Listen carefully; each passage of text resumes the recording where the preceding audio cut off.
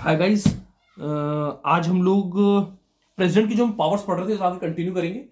और previous classes में हम प्रेसिडेंट की 5 पावर्स ऑलरेडी पढ़ चुके हैं। जैसे कि ऑर्डिनेंस मेकिंग पावर हम पढ़ चुके हैं, वीटो पावर पढ़ चुके हैं, लेजिस्लेटिव पावर पढ़ चुके हैं, मिलिट्री पावर भी पढ़ चुके हैं और इमरजेंसी पावर पढ़ चुके हैं।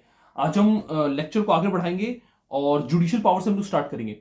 जुडिशियल पावर्स के पास कौन कौन सी है, प्रेसिडेंट के पास जुडिशियल के पास कौन कौन से फंक्शंस हैं, उसे हम लोग पढ़ेंगे। तो सबसे पहली जो उसकी जुडिशियल पावर है वो यहां पर ये कि जो कंट्री की हाईएस्ट जुडिशियरी है, जो सुप्रीम कोर्ट है, सुप्रीम कोर्ट का जो सीजीआई होता है, चीफ जस्टिस ऑफ इंडिया, उसको ये अपॉइंट करता है, सुप्रीम कोर्ट के जजेस को अपॉइंट करता है, हाई कोर्ट के जजेस को अपॉइंट करता है। ये है। फिर उसके बाद सुप्रीम कोर्ट से ये एडवाइस ले सकता है, कई सारे मैटर्स हैं उन पे एडवाइस ले सकता है, लेकिन वो एडवाइस है और एडवाइस कभी भी इसके ऊपर सुप्रीम कोर्ट से एडवाइस देगा, सुप्रीम कोर्ट की एडवाइस के ऊपर बाइंडिंग नहीं होती। ऐसा नहीं है कि वो एडवाइस अगर सुप्रीम कोर्ट ने से दी तो उसे माननी पड़ेगी, कंपलसरी नहीं है। अगर चाहेगा तो उस चीज को एक्सेप्ट करेगा, मानेगा, और चाहेगा तो नहीं भी एक्सेप्ट करेगा। ये भी चीज है।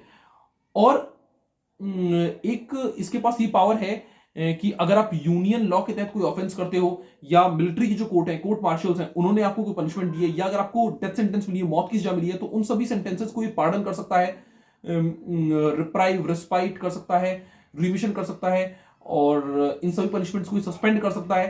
तो ये भी इसके पास पावर है। अब ये मैंने आपको बहुत ही शॉर्ट में पढ़ा दिया है। बाकी जब नेक्स्ट कुछ क्लासेस आएंगी या नेक्स्ट वीडियो हो सकता है कल ही आए या डे आफ्टर टुमारो एक वीडियो आएगी, तो उसमें हम लोग pardoning powers of the president को पढ़ेंगे। उसमें मैं आपको डेप्थ में पढ़ाऊंगा what is the meaning of reprieve, respite, remission, commutation, इन सब चीजों का आखिरकार मतलब क्या होता है। तो वहां पे मैं आपको बाकी डेप्थ में पढ़ाऊंगा।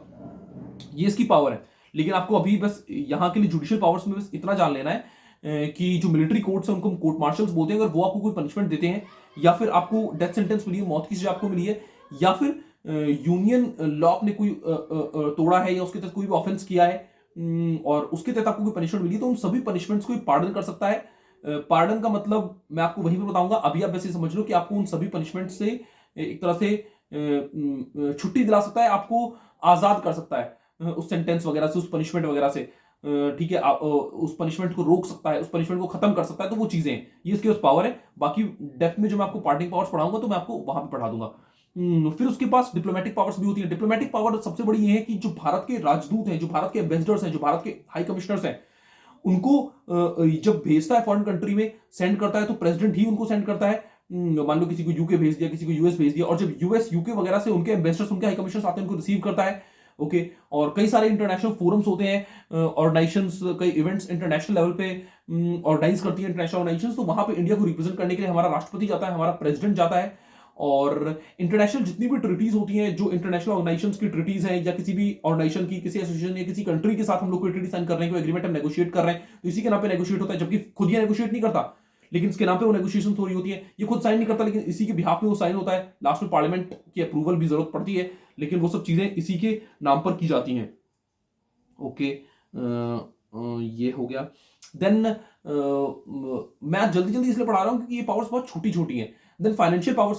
फाइनेंशियल पावर्स मैं आपको ऑलरेडी बता चुका हूं। एक फाइनेंशियल पावर तो जैसे कि जो मनी बिल है, वो पार्लियामेंट में इंट्रोड्यूस नहीं होगा बिना प्रेसिडेंट की प्रायर अप्रूवल के, प्रायर रिकमेंडेशन के। बिना प्रायर रिकमेंडेशन के वो इंट्रोड्यूस ही कभी नहीं हो सकता।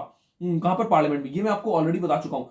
और क्योंकि जो मनी बिल है, इसको और आप थोड़ा सा दूसरे तरीके से समझिए। जो मनी बिल है, क्योंकि वो प्रेसिडेंट की प्रायर रिकमेंडेशन से ही इंट्रोड्यूस होता है पार्लियामेंट में, और यही कारण है कि जो प्रेसिडेंट ऑफ इंडिया है वो मनी बिल को हमेशा एसेंट देता है, या रिजेक्ट करने का भी प्रावधान है, लेकिन वो कभी उसे रिटर्न नहीं कर सकता रिकंसिडरेशन के लिए, क्योंकि आप ही की तो प्रायर अप्रूवल, प्रायर रिकमेंडेशन से उसको पार्लियामेंट में इंट्रोड्यूस किया है। आप उसे रिटर्न क्यों कर रहे हो? वो रिटर्न नहीं कर सकता, तो उसे अप्रूवल देनी होगी। अप्रूवल यूजुअली वो देता है, क्योंकि जब प्रायर रिकमेंडेशन होगी तो अप्रूवल देगा ही देगा, रिजेक्ट करने का भी सवाल नहीं उठता।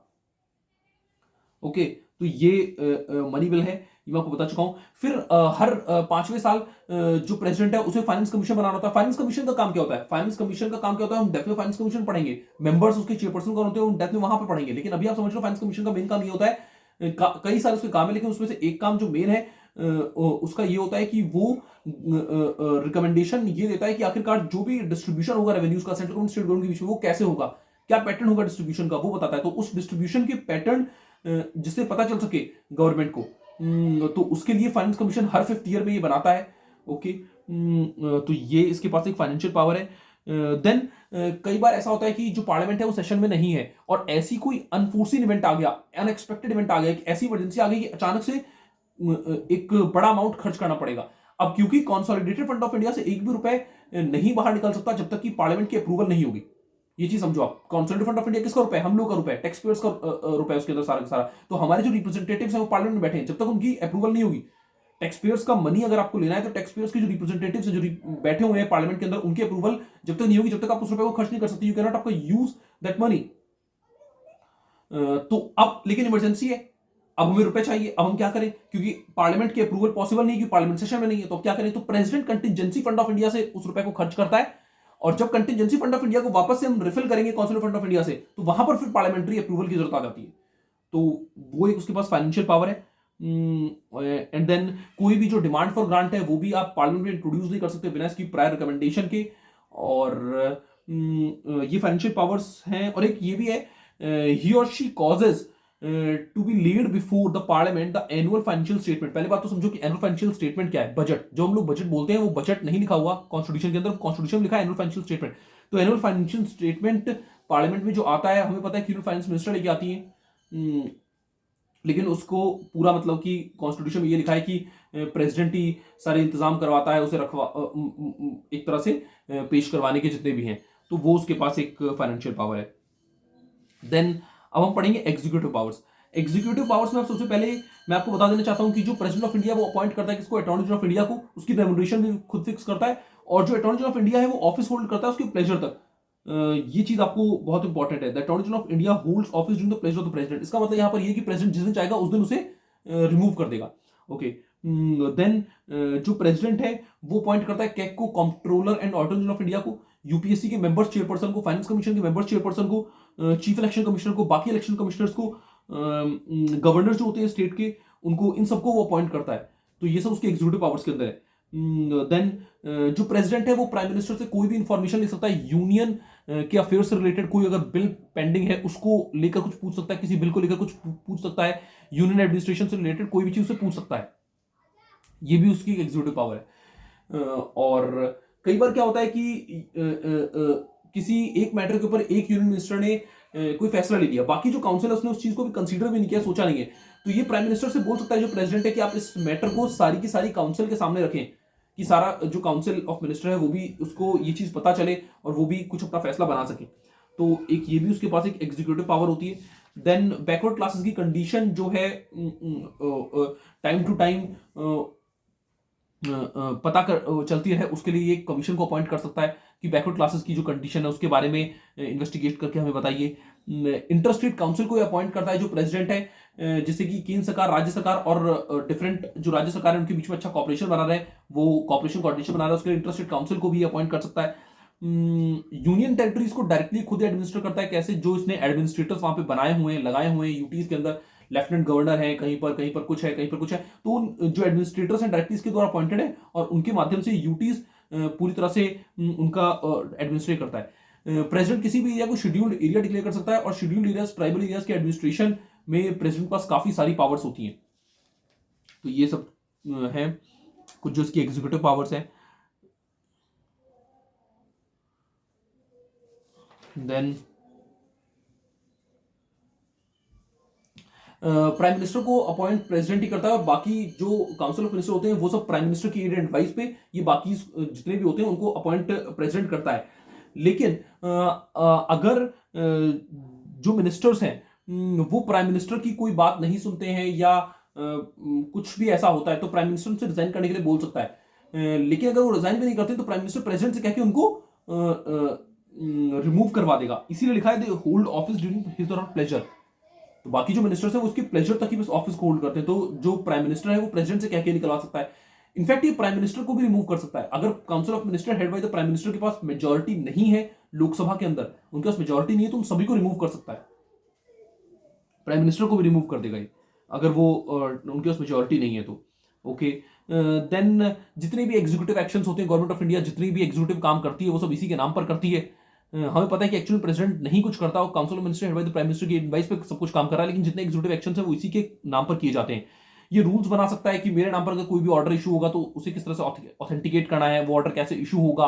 प्रेसिडेंट रूल्स बना सकता है, जो गवर्नमेंट ऑफ इंडिया का जो भी बिजनेस है वो कन्वीनियंटली हो सके, इजिली हो सके, उसके लिए कुछ रूल्स वगैरह वो बना सकता है। तो ये एग्जीक्यूटिव पावर्स हैं। और इसी के साथ हम लोगों ने प्रेसिडेंट की ऑलमोस्ट सारी जो पावर्स हैं वो कंप्लीट कर दी हैं, बस पार्डनिंग पावर्स बची हुई हैं। ओके, आज हम लोगों ने जो प्रेसिडेंट की पावर्स पढ़ी है, कौन कौन सी पढ़ी है? एक तो एग्जीक्यूटिव पावर हमने आज पढ़ी है, एक फाइनेंशियल पावर हमने आज पढ़ी है, एक जुडिशियल पावर हमने आज पढ़ी है, और एक डिप्लोमेटिक मैंने आपको बता दिया कि एम्बेसडर सेंड करना अपनी दूसरी कंट्रीज में, दूसरी कंट्रीज के रिसीव करना, और इंटरनेशनल फोरम्स में इंडिया को रिप्रेजेंट करना। इंटरनेशनल जितनी भी ट्रीटीज या एग्रीमेंट्स वगैरह होंगे इसके नाम पे नेगोशिएट होंगे, इसके नाम पे वो सारी बातचीतें करी जाएंगी। और इसके नाम पर ही नेगोशिएशन होगा, इसके नाम पे ही वो कंक्लूड होंगे, साइन भी करे जाएंगे जितने एग्रीमेंट्स वगैरह होंगे, नेगोशिएशन इसके नाम पे होगी, और लास्ट में पार्लियामेंट की अप्रूवल जरूरी है, जबकि खुद कुछ नहीं कर रहा।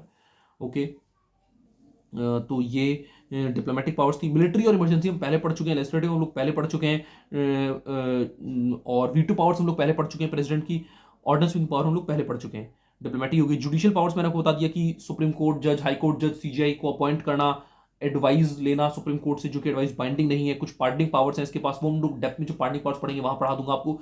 फाइनेंशियल पावर्स मैं आपको बता चुका हूं, कंटिजेंसी फंड ऑफ इंडिया जो है उसमें से एडवांस रुपए खर्च करना इमरजेंसी सिचुएशंस में। मनी बिल इसकी प्रायर रिकमेंडेशन के इंट्रोड्यूस नहीं हो सकता पार्लियामेंट के अंदर, डिमांड फॉर ग्रांट्स इंट्रोड्यूस नहीं हो सकती, फाइनेंस कमीशन का गठन करना हर 5 साल में, तो वो सब चीजें। और एग्जीक्यूटिव पावर्स मैंने आपको बता दिया है, और एग्जीक्यूटिव पावर्स में ज्यादातर जो ये अपॉइंटमेंट्स वगैरह करता है वही पावर्स आती हैं। प्रेसिडेंट धीरे धीरे आपका सारा ही कंप्लीट हो चुका है, और बस एक पार्डनिंग पावर प्रेसिडेंट की बची है, और फिर थोड़ा सा हम लोग ये देखेंगे कि आखिरकार कॉन्स्टिट्यूशन में इसकी पोजीशन कैसी है, बाकी जो council of minister head by the prime minister हैं उनके कंपैरिजन में इसकी पोजीशन कैसी है, क्या ये अपने आप कुछ कर सकता है या नहीं कर सकता है, या हर एक चीज उनके एड एडवाइस पे करेगा, वो सब चीज हम देखेंगे। और मैंने आपको प्रेसिडेंट पूरी डेप्थ में पढ़ाया है, इससे बाहर प्रेसिडेंट के बारे में कभी किसी कॉम्पिटेटिव एग्जाम में ना तो पूछा गया ना कभी पूछा जाएगा। कोचिंग इंस्टीट्यूट्स में आप जाओगे, ऊपर ऊपर से आपको मुश्किल से 1 या 2 लेक्चर में प्रेसिडेंट को खत्म कर देते हैं, और बच्चों को कुछ समझ में नहीं आता है। बिकॉज मैं उन कोचिंग इंस्टीट्यूट से कोचिंग ऑलरेडी ले चुका हूं, मुझे सब कुछ पता है, इसलिए मैं आपको ये चीज बता रहा हूं। जितने लेक्चर्स मैंने प्रेसिडेंट को दिए हैं, जितने लेक्चर्स में प्रेसिडेंट को कंप्लीट कर रहा हूं, इतने लेक्चर्स में आप कोचिंग इंस्टीट्यूट में जाओगे तो वो 3 से 4 चैप्टर्स कंप्लीट कर देंगे। तो आपको अगर क्वालिटी कंटेंट मिल रहा है और फ्री ऑफ कॉस्ट मिल रहा है तो आप प्लीज उसका बेनिफिट उठाएं, और बाकी अपनी अच्छी तरह तैयारी करें। Thank you, till then keep learning.